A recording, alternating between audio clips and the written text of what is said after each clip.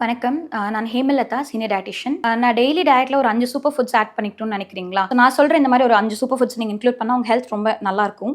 First என்னன்னு பார்த்தீங்கன்னா, கீரை வகைகள். கீரையில வந்து நெறைய வைட்டமின் சத்துக்கள் மற்றும் நார்ச்சத்து அதிகமா இருக்கிறதுனால, உங்களுக்கு வந்து உங்களோட போன் ஹெல்த்துக்கும், உங்களோட ஹார்ட் ஹெல்த்துக்கும் ரொம்ப நல்லது. அண்ட் உங்களோட இம்யூனிட்டி இம்ப்ரூவ் பண்றதுக்கும் ரொம்ப ஹெல்ப்ஃபுல்லா இருக்கும். கீரையை நான் எப்படியெல்லாம் சாப்பிடலாம் அப்படின்னு பார்த்தீங்கன்னா, நீங்க வந்து கீரை பொரியலா சாப்பிடலாம், கீரை கடைஞ்சு சாப்பிடலாம், கொத்தமல்லி சட்னி, புதினா சட்னி, கருவேப்பிலை சட்னி அந்த மாதிரி கூட நீங்க பண்ணி சாப்பிடலாம். ஸோ செகண்ட் என்னன்னு பார்த்தீங்கன்னா, முழு தானியங்கள் மற்றும் சிறுதானியங்கள். நம்ம வந்து பாலிஷ்டு ரைஸுக்கு பதிலாக நீங்க வந்து ப்ரௌன் ரைஸ், கைக்குத்தல் அரிசி, மட்டை அரிசி, அந்த மாதிரி நம்ம ரெகுலரா சாப்பிட்ற ராகி, கம்பு, சோளம், குதிரைவாலி இந்த மாதிரி நீங்க வந்து பாலிஷ்டு ரைஸ்க்கு பதிலாக ரீப்ளேஸ் பண்ணி சாப்பிட்டீங்க அப்படின்னா, மாவுச்சத்து வந்து காம்ப்ளெக்ஸ் ஃபார்ம்ல இருக்கிறதுனால உங்களோட ரத்தத்தில் இருக்க சர்க்கரையினுடைய அளவை வந்து கட்டுப்பாட்டில் வைக்கிறதுக்கு அது ரொம்ப ஹெல்ப்ஃபுல்லா இருக்கும். மூணாவது என்னன்னு பார்த்தீங்கன்னா, பழங்கள்.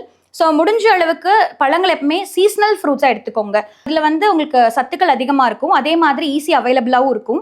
முடிஞ்ச அளவுக்கு பழங்களை வந்து பழங்களாக கடிச்சு சாப்பிட்றது ரொம்ப நல்லது. ஜூஸ் போட்டு குடிக்கிறத தவிர்க்கிறது மிகவும் நல்லது.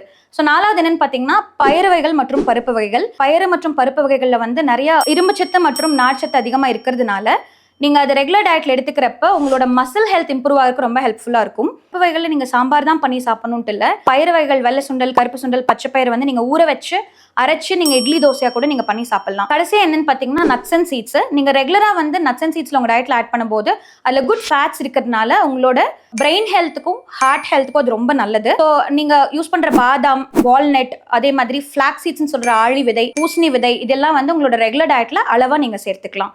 தேங்க்யூ.